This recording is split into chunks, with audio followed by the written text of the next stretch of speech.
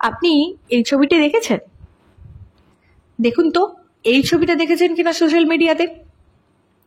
এই ছবিটা তো অবশ্যই দেখেছেন, তাই না? আজ এমন একটা বিষয় নিয়ে কথা বলবো, যে বিষয়টা নিয়ে কথা বলতে আমি অনেকদিন ধরে চাইছিলাম, মানে ভাবছিলাম যে এই বিষয়টা নিয়ে আমি ভিডিও বানাই, কিন্তু এরকম কোনো আমি সুযোগ পাচ্ছিলাম না। তো আজকে সেই সুযোগটা আমার মনে হয় আমি পেয়েছি, থ্যাঙ্কস টু অ্যাডভোকেট দিদিকে, যিনি এরকম একটা সমাজে রেভলিউশনের কাজ করছেন। এতদিন ধরে আমাদের সমাজে কিছু জঞ্জাল জমেছিল সবাইকার কথা অনুযায়ী এবং আমারও কথা অনুযায়ী, সেই জঞ্জালটাকে উনি একদম পরিষ্কার করে দিচ্ছেন, ঝাড়ু মেরে সাফ করে দিচ্ছেন, যেটার জন্য অনেক ধন্যবাদ আর একটা বড় ক্ল্যাপ আপনার জন্য। কারণ যে কাজটা আমি পার্সোনালি অনেকদিন ধরে চাইছিলাম করতে, কিন্তু আমি খুবই সামান্য সমাজের একটা খুবই নগণ্য মানুষ হিসেবে এইরকম কিছু করার আমার ক্ষমতায় বা আয়ত্তায় হয়নি, কিন্তু আপনি পেরেছেন। তার জন্য আমাদের সবার তরফ থেকে আপনাকে প্রথমেই জানাই অনেক অনেক ধন্যবাদ। তো কি হয়েছে ঘটনাটা, কেন হয়েছে ঘটনাটা, পুরোটাই আপনাদের সঙ্গে শেয়ার করবো। চলুন শুরু করি ভিডিওটা।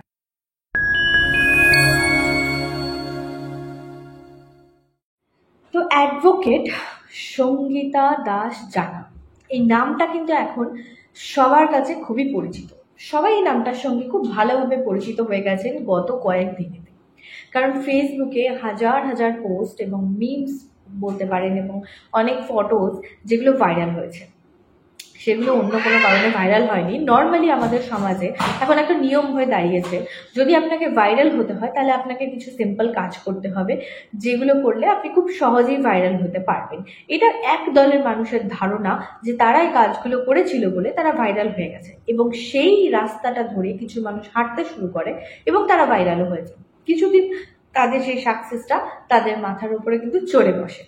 তো এরকমই কিছু ভিডিওর উপরে, যেগুলো সমাজের জন্য খুবই ভালগার এবং খুবই বাজে, ইনফ্লুয়েন্সারের নামে এরা সমাজে যে জিনিসটাকে বিক্রি করে চলেছিল দিনের পর দিন, সেটাকে কোনো ইনফ্লুয়েন্স বলে না। সেই ইনফ্লুয়েন্সে যদি মানুষ চলতে থাকে, তাহলে এই মানুষ কোন দিকে যাচ্ছে সেটা আমরা সবাই বুঝতে পারছি। তাই জন্যই এই দিদি এই তথাকথিত ক্রিয়েটার্স যারা আছেন তাদের নামে কেস করেন এবং তাদের নামের উপরে পিটিশন উনি ফাইল করেছিলেন, যার এগেনস্টে কিছু মানুষের প্রোফাইল কিন্তু ব্যান হয়ে গেছে, যেটা কিন্তু খুব ভালো কাজ।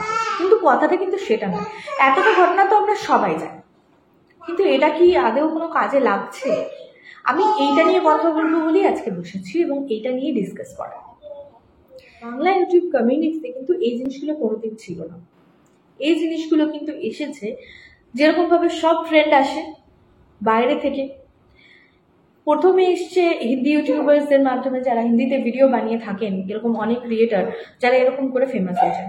আজকে আমরা কথা বলছি রাশিয়ান ভাবি, যিনি কিনা নিজের শরীর দেখিয়ে অবশ্যই ফেমাস হচ্ছে বা হয়েছিলেন, এখন তো উনি ব্যান হয়ে গেছে ওনার আইডি। কিন্তু এই ইন্সপিরেশনটা উনি কোথা থেকে পেয়েছেন? এই ইন্সপিরেশনটা কি উনি এখানে খুঁজে পেয়েছেন? সাধারণ ঘরের মানুষের কারো কাছ থেকে? একদমই না। এর ইন্সপিরেশনটা কিন্তু পেয়েছেন উনি ওই যে হিন্দি ক্রিয়েটার যারা আছেন তাদের কাছ থেকে। তাদের একজনের নাম আমি বলে দিচ্ছি, যিনি খুব ফেমাস, তিনি এখন কোটি কোটি টাকার মালিক, তিনি বহুত বড় বড় কাজ করে থাকেন, তিনি হলেন সোফিয়া আনসারি। বেশিরভাগ মেয়েরা কিন্তু তার কাছে ইনফ্লুয়েন্স হয়েছে, কারণ সে খুব একটা সাধারণ মেয়ে ছিল, যে এরকম শরীর দেখাতে শুরু করে, সে ভাইরাল হয়ে যায় আর তার রাস্তায় হাঁটতে শুরু করে বাকি সবাই। এটা খুব সত্যি কথা। এরপরে আরেকজনের নামে, যিনি এই দিদি ফাইল করার পর ওনারও হয়তো অ্যাকাউন্টটা ব্যান হয়েছে, তিনি নিজের দুই বউকে নিয়ে ভিডিও কন্টেন্ট বানাতেন এবং ফেসবুক, ইউটিউব বিভিন্ন জায়গায় উনি দিতেন। তো তিনি ইন্সপিরেশনটা কোথা থেকে পেলেন? আপনারা হয়তো সবাই অ্যান্সারটা জানেন।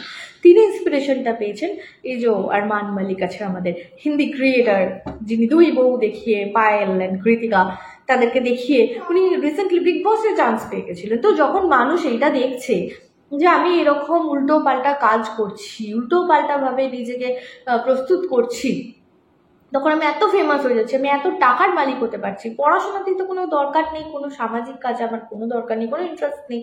যারা সামাজিক ভালো কন্টেন্ট বানাচ্ছে তাদের কিন্তু ফেমাস হতে প্রচুর টাইম লাগছে, বা অনেকে ভালো কন্টেন্ট বানিয়েও ফেমাস হতে পারছে না, তারা ইউটিউব ইভেনচুয়ালি ছেড়ে দিচ্ছে, নিজের ক্যারিয়ার ইউটিউব থেকে সরে গিয়ে আবার নিজের জায়গাতে অন্য কোনো কাজ নিয়ে তারা ব্যস্ত হয়ে যাচ্ছে, কারণ তারা সেই লেভেলটা থেকে নিচে নামতে পারছে না, যার জন্য আজকে সমাজের এই অবস্থাটা। তো এই যে জিনিসটা এখানে করছেন উনি, এটা খুব ভালো পদক্ষেপ, কিন্তু এটা কতক্ষণের জন্য স্থায়ী?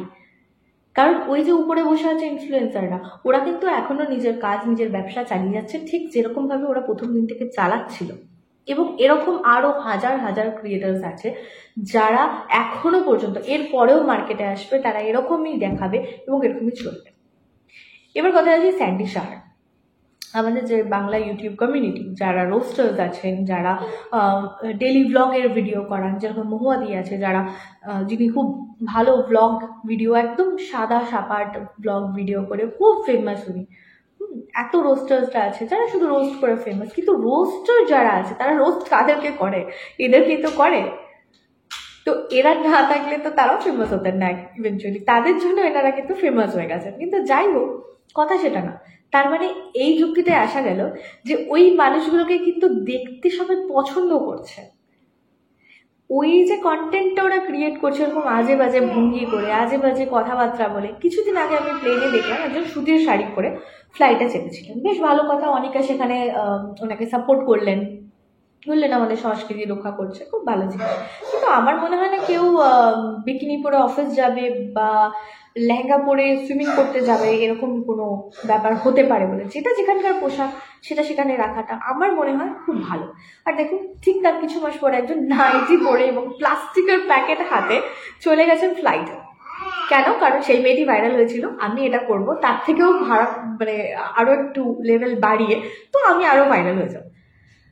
তো যাই হোক, যেটুকু আমি বুঝতে পারলাম যে উনি যে কাজটা করছেন সেটার জন্য ওনাকে আবারও অনেক অনেক ধন্যবাদ। আপনি করতে থাকুন, এরকম যত ক্রিয়েটার্স আসবে সবাইকার প্রোফাইলগুলো ব্যান চাই, এবং যতগুলো হয়েছে তার জন্য আপনাকে জানাই অনেক অনেক ধন্যবাদ। এবং যারা বাকি ক্রিয়েটার্স আছে, আমাদের মধ্যে যারা ছোট ছোট ক্রিয়েটার্স আছে, যারা এখন নতুন ভিডিও বানাতে শুরু করছে, আশা করছি তারা এবারেতে নিজের ঠিক জায়গাটা পাবে, তারা নিজের পরিচিতি পাবে এবং তাদের জীবনে অনেক উন্নতি হবে।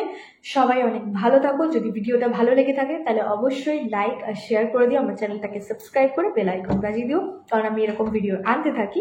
আর অবশ্যই কমেন্ট করে জানিও ভিডিওটি কেমন লাগলো। দেখা হবে অন্য আরেকটা ভিডিওতে।